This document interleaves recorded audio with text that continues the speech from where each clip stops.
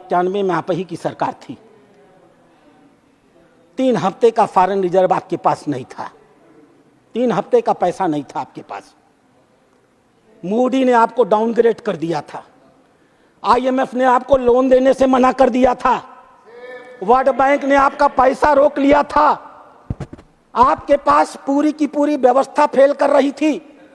आप मजबूर हुए, आपने 2 बार 1 जुलाई और 3 जुलाई को भारत की मुद्रा का अवमूल्यन किया और सबसे घटिया काम किया, सोना गिरवी रखा तो रखा।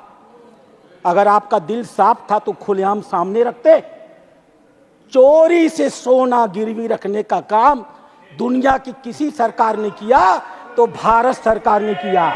और भारत का 67 टन सोना इन लोगों ने 2 बार, एक बार 20 टन सोना, एक बार 43 टन सोना। मेरे को कोई असर नहीं पड़ता, बैठो नहीं चिल्लाते रह जाओगे।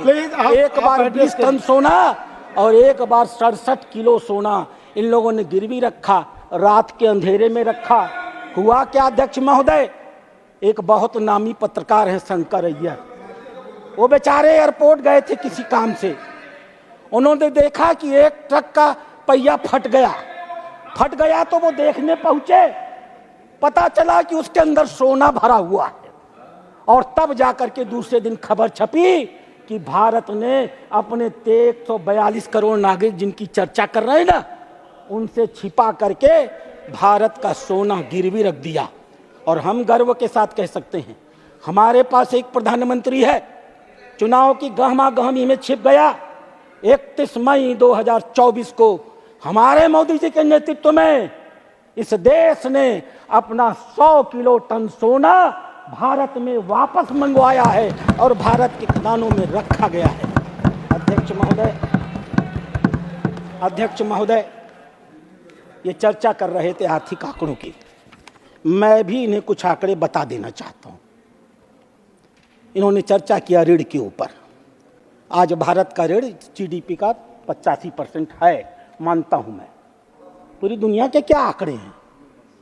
अमेरिका का ऋण 129% का GDP का है, जापान का ऋण 264% का है, इटली का ऋण 142% ऑफ GDP है, फ्रांस का ऋण 112% ऑफ GDP है, UK का ऋण 97% ऑफ GDP है, भारत का ऋण 85% ऑफ GDP है। पूरी दुनिया में भारत ने विकास भी सर्वाधिक गति से किया है और भारत की ऋणग्रस्तता भी पूरी दुनिया में उसके सकल घरेलू उत्पादन के मुकाबले सबसे कम है।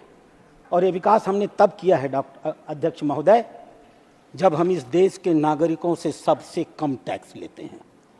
आप बात कर रहे थे इनकम टैक्स की, हम गर्व के साथ कह सकते हैं भारत अकेला ऐसा देश है, पूरी दुनिया का अकेला देश है जो पूरी दुनिया में अपने नागरिकों से सबसे कम का टैक्स लेने का काम करता है।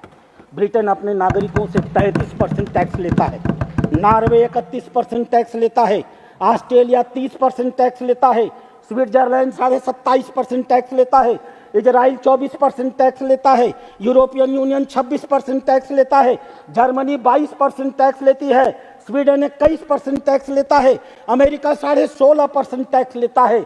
और हमने जो पूरी दुनिया में यह ऐतिहासिक विकास की गति पाई है वह सिर्फ 7.6% ऑफ GDP का टैक्स सिर्फ इसी टैक्स के आधार पर का ही है।